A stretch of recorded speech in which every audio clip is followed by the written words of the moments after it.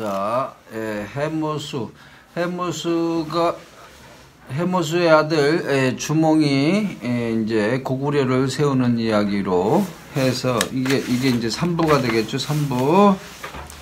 자, 어느 날 동부여 금화왕의 여사 강력부추가 금화왕에게 와서 아뢰었다.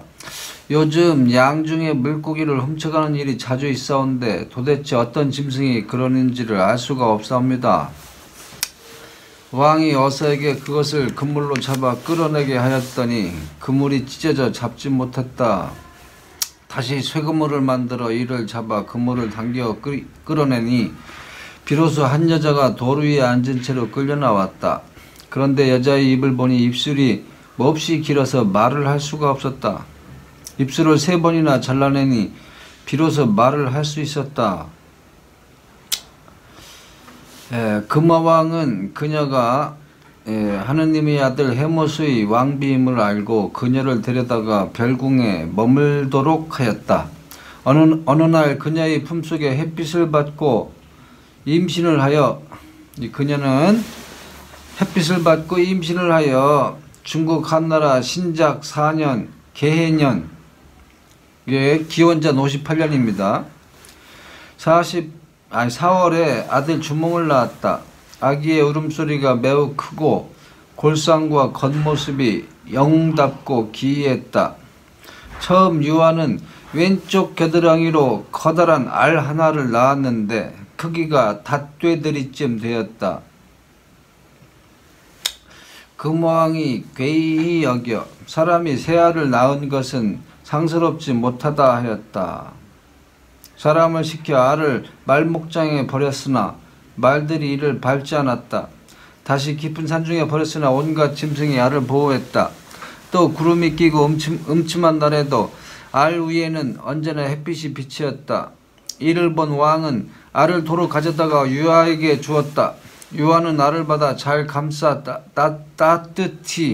따스히 해가 비치는 곳에 두었다. 어느 날 알 속에서 한 아이가 껍질을 깨고 나왔는데 그 골격과 겉모습이 특출하고 기이했다. 그는 세상에 나온 지 한 달이 채 못 되어 말을 했다. 자, 여기에는 참 또 알에서 또 태어나니까 또 주몽이 알자 임금이 되겠군요. 알자 임금이고, 그리고 알에서 태어났고 이렇게 뭐 자꾸 이게 새알이라고 하고 그러다 보니까 그래서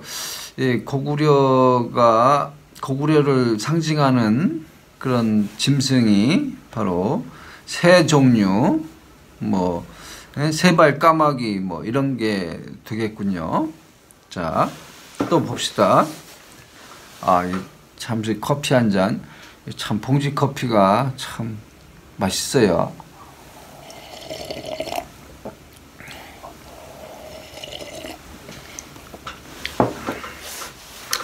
나이가 겨우 7이 되었을 때 기골이 장대하고 준수하여 범인들과 달랐다. 스스로 활과 화살을 만들어 100번을 쏘면 100번을 다 맞추었다. 하루는 파리떼가 눈에 모여들어 잠을 잘 수가 없었다. 그가 활로 물레 위에 앉아있는 파리들을 쏘니 화살이 날아가는 족족 파리를 맞추어 떨어뜨렸다. 부여국의 풍속에는 활을 잘 쏘는 사람을 주몽 또는 추모라 했으므로 아이는 주몽 또는 추모라 불리게 되었다. 주몽이 점점 자라 소년이 되니 다른 재능까지 겸비하게 되었다.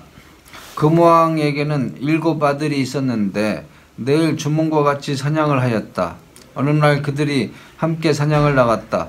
왕자 7과 그 시종 40여 명은 겨우 사슴 1마리밖에 잡지 못했는데 주몽은 혼자 여러 마리의 사슴을 잡았다.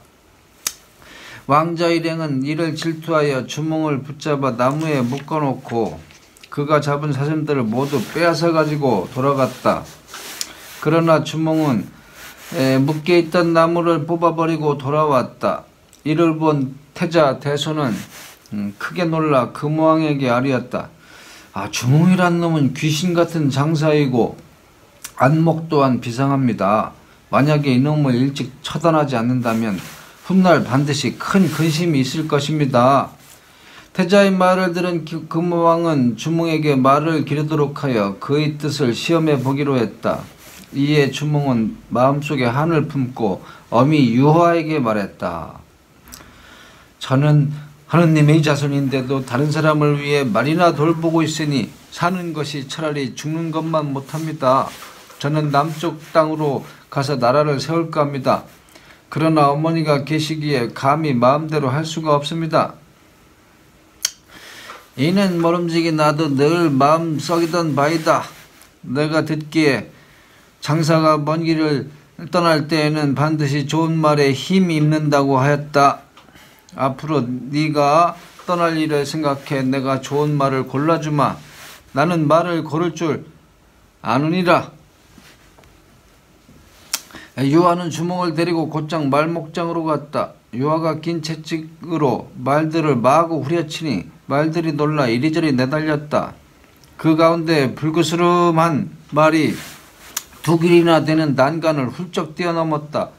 주몽은 곧 그 말이 준마임을 알고는 말의 혀뿌리에 몰래 바늘을 찔러두었다.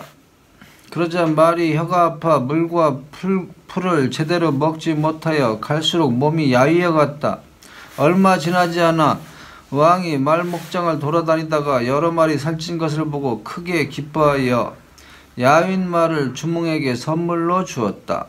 주몽이 말을 얻어 바늘을 뽑고 잘 갖추어 먹이니 곧 천하에 비길 데 없는 준마가 되었다. 자, 여기까지가 3부인데 이 주몽이나 추모는 그러니까 고유명사가 아니라 보통명사군요. 활쏘기의 명인, 최고의 활의 명수 이런 뜻이군요.